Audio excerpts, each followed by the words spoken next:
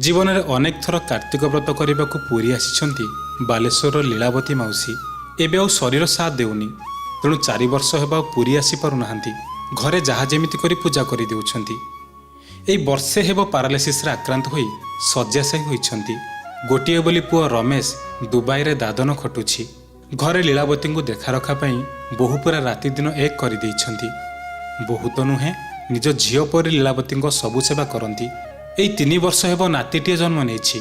श्रद्धारे लीला माउसी ता नां देइछंती जगुनु। कहीं लीला माउसी जेहेतु जगन्नाथ को बेसी भल पाती तेणु पार्टी जेमिति तांको नाँ केबे अपसरी न जाऊ तेणु जगुनु जगुनु बोली डाक पकांती। गत वर्ष कार्तिक व्रत बेले लीला माउसी गोटे कथा कही से कला ठाकुर को मागिथिले, मनुआ ठाकुर मु गोटे बड़ मन करिछि आउ तो गोड़ हाथ चलुनी, तते पूजा भी ठीक रे करि पारुनी। तू जदि मो मला बेले मो पाखरे रहिबु मो जीव वैकुंठ प्राप्ति हेबो। शेष कार्तिक रे एतिकी मानसिक करी सेबेठेर बिछणार उठी पारि नांती लीला माउसी। धीरे धीरे क्षीण हेबाकु लागिछि शरीर। एई जीवन जेमिति किछि दिन पर चली जीवो सेमिति लागुछि। लीला माउसी को देखिले एई किछि दिन तळर कथा। बोहू को डाकी लीला माउसी कहिले, बोहू मोर पुओ कथा मने पडुछि, तू टिके ताकू कहूनु मते देखि आसीबो। एमितिरे मोर जीवा समय आसिलाणी, टिके देखिदेले शांति मरी पारंती। बोहू भी सासुंग कथा शुणी सांगे सांगे दुबई थिबा पुओ पाखकू वीडियो कॉल कले आउ कहिले, शुण माँ एबे तुमको खोजुछंती, देखिबाकू व्याकुल हेउछंती, टिके कथा होई जाओ तांको सह। रमेश सांगे सांगे कहिले, हाँ हाँ ता पाखकू फोन नहीं जा, मु टिके कथा हेइ जिबी। रमेश सेपटू कहिले, माँ कौन कहूछु? एपटे अधा पिटा आखिर लीलावती कहिले, पुअरे मु आउ बंचिबिनी, तू कहिथिलु आसिले पुरी जिबा, तू तो आसिलुनी, एबे मते टिके से जगा दर्शन करई दियंतुनी। सेपटे लुह छळ छळ आखिरे कहिले, माँ तोर देह भल नाही, केमिति जीवु कहलु? मु एइथर गाँ को गले तोते निश्चय पुरी नहीं जीवी, तू कला ठाकुर को दर्शन करिबु। एपटे माँ कहिला, मो पाई आउ समय नाही, एई देखुनु काल आसी मो दुआर पाखरे पहुँचलानी, बेसी हेले आउ 2 दिन बंचिबी कि नाही, तू टिके मो पाई से जगन्नाथ को मो पाखकू नहीं आसंतुनी। सेपटे माँ कथा शुणी कांद आसुथिले भी लुह सबु चापी रखी पुओ कहिले, माँ तू मन व्यस्त करे ना, ताकू मनरे डाक, से तो पाखरे मिलिबो। एतिकी कही फोन काटिदेले रमेश। कहीं मार शेष समय रे पुओ होई किछि भी करि पारु नाहंती रमेश।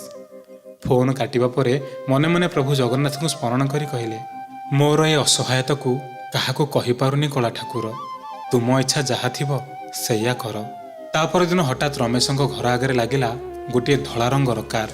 सेथिरु धोब फरफर धोती और पायजामा परिधान करिथिबा 2 जण मोटा होई लोक बाहरिले आउ सीधा रमेश घर दुआर आगे पहुँचिले। डाक पकाइले, किए अछ कि घरे? रमेश स्त्री डाक शुणी बाहर को आसिले। देखिले 2 जण गौरवर्णर लोक, उभयंकर बयस पाखापाखि 50 रु 55 हेब। देखिबाकू पंडा पुओ भली दिसुछंती। देहरु मह मह बासी उठुछि अगुर चंदन और कर्पूर बास्ना। 2 जण को देखिबा परे मुंड नई प्रणाम कले रमेश स्त्री। पंडा पुओ कहिले, अरे माँ आमे पुरी रु आसीछु, लीलावती तो सासु तो? रमेश स्त्री उत्तर देले, आज्ञा हाँ से मो सासु, आपण घर को आसंतु, सासु मोर उठी पारु नाहंती, तांकु सेठी देखा करिदेबे। पंडा पुओ कहिले, ना रे माँ आमे बहुत बाट जीवु, हमर विलंब होई जीवो। तो सासु 4 वर्ष तले आम दुकान रे चतुर्धा मूर्ति को नेबा पई बइना देइथिला। जेहेतु एते दिन हेला आसिले नाही तेणु आमे कलिकता जाउथिलु, भाबिलु एबाटे जाउछु आउ लीलावती को देई देई जीवु। पंडा पुओ कथा सुनी बहु भी निर्बाक। पंडा पुओ कहिले, मारे कार रे मूर्ति अच्छी, आमे आनी दउछु, तू जा टिके धुआ पिंधि आस आ मूर्ति नहीं जीवु। बहु सैया कले। नुआ लुगा पिंधि दांड दुआरକୁ आसी देखंती पंडा पुओंको हाथे फुटे उच्चतार चतुर्धा मूर्ति। लगुला एई जेमिति रंग करा जाई आसिछंती। मूर्ति गुड़ को देखिबा परे सते जेमिति रमेशंको स्त्री देह सिंहरण रे एक प्रकार रोमांचित होई उठुतिला। पंडांका हाथरू चतुर्धा मूर्ति नेबा परे पंडा द्वय कहिले, मारे हमर विलंब होई जाउछि, एबे आसुछु। रमेशंको स्त्री कहिले, आज्ञा टिके अपेक्षा करंतु, दही सरबत करि देउछि, टिके पी देई जिबे। पंडा कहिले, ना रे माँ आमर बहुत विलंब होई जिवो, आउ केबे आसिले तो घरे निश्चय खाइबु। एति कहिले आउ गाड़ी रे बसी फेरी गले। एपटे मूर्ति गुड़ी को जाकी घर को नहीं सासु शोइथिबा घरे रखिले आउ सासु को डाकी कहिले, माँ आपण काहाकू पुरी रे बइना देइथिले जगन्नाथ मूर्ति पई? धीर कंठरे सासु उत्तर देले, ମୁଁ କାହିଁକି କାହାକୁ ବଇନା ଦେବି? ମୁଁ ପୁରୀ ମନ୍ଦିର ବ୍ୟତୀତ କାହା ପାଖକୁ ବି ଯାଇନି। ବୋହୂ ଶାଶୁଙ୍କ କଥା ଶୁଣି ଆଶ୍ଚର୍ଯ୍ୟ। ମନେ ମନେ ଭାବୁଥାନ୍ତି, ଶାଶୁମା ଯଦି ବଇନା ଦେଇନାହାନ୍ତି ତେବେ ପଣ୍ଡାମାନେ କ'ଣ ଭୁଲରେ ଆମ ଘରେ ଦେଇଗଲେ? ମନକୁ ଅନେକ ପ୍ରଶ୍ନ ଉଠୁଥିଲେ ବି ଚୁପ୍ ରହି ଚତୁର୍ଦ୍ଧାମୂର୍ତ୍ତିଙ୍କୁ ଶାଶୁଙ୍କ ମୁଣ୍ଡ ପାଖ ଟେବୁଲରେ ରଖିଲେ। ସେହିଦିନ ରାତିରେ ଶାଶୁଙ୍କ ହାବଭାବରେ ପରିବର୍ତ୍ତନ ଲକ୍ଷ୍ୟ କଲେ।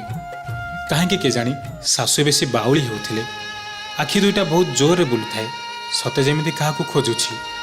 ବୋହୂ ଭୟଭୀତ ହୋଇ ପଚାରୁଥାନ୍ତି, ମା କ'ଣ ହେଉଛି ତୁମର? ଶାଶୁ କିଛି ନ କହି କେବଳ ଠାରରେ ମୁଣ୍ଡ ପାଖରେ ଥିବା ଜଗନ୍ନାଥଙ୍କୁ ଆଙ୍ଗୁଠି ଦେଖାଇ ଇସାରା ଦେଉଥାନ୍ତି। ବୋହୂ ଜଗନ୍ନାଥଙ୍କ ମୂର୍ତ୍ତିକୁ ଯେତେବେଳେ ଉଠାଇ ଆଣି ଲୀଳାବତୀଙ୍କ ହାତକୁ ଦେଲେ, ଲୀଳାବତୀ ବଡ଼ ବଡ଼ ଆଖିରେ ଜଗନ୍ନାଥଙ୍କୁ ଦେଖି ଦେଖି କିଛି ସମୟ ପରେ ଦେହତ୍ୟାଗ କରିଦେଲେ। ଆଉ ପରେ କାନ୍ଦ ବୋବାଳିରେ ଫାଟି ପଡ଼ିଲା ପୁରା ପରିବେଶ। ଖବର ଗଲା ପୁଅ ପାଖକୁ, କିନ୍ତୁ ସେ ଯେହେତୁ ଦୁବାଇରେ ଅଛନ୍ତି ତେଣୁ ସେ ଆସିପାରିଲେ ନାହିଁ। ଶେଷରେ ନାତି ଟୋକା ହାତକୁ ଛୁଆଇଁ ଲୀଳାବତୀଙ୍କ ମୁହଁରେ ମୁଖାଗ୍ନି ଦେଲେ କୁଟୁମ୍ବ ଲୋକେ। ଏବେ ରମେଶଙ୍କ ଘରେ ସେହି ମୂର୍ତ୍ତି ପୂଜା ପାଉଛନ୍ତି। କିନ୍ତୁ ରମେଶ ଏବଂ ତାଙ୍କ ସ୍ତ୍ରୀ ଏବେ ବି ଦ୍ୱନ୍ଦ୍ୱରେ। ସେ ପଣ୍ଡା ପୁଅ କିଏ ଆଉ ମହାପ୍ରଭୁ କ'ଣ ସ୍ୱତଃ ଭାବେ ମୋ ଘରକୁ ଆସିଛନ୍ତି? ଛୋଟ ଷ୍ଟୋରିଟିଏ ବାଲେଶ୍ୱରରୁ ଜଣେ ଶ୍ରଦ୍ଧାଳୁ ପଠାଇଛନ୍ତି।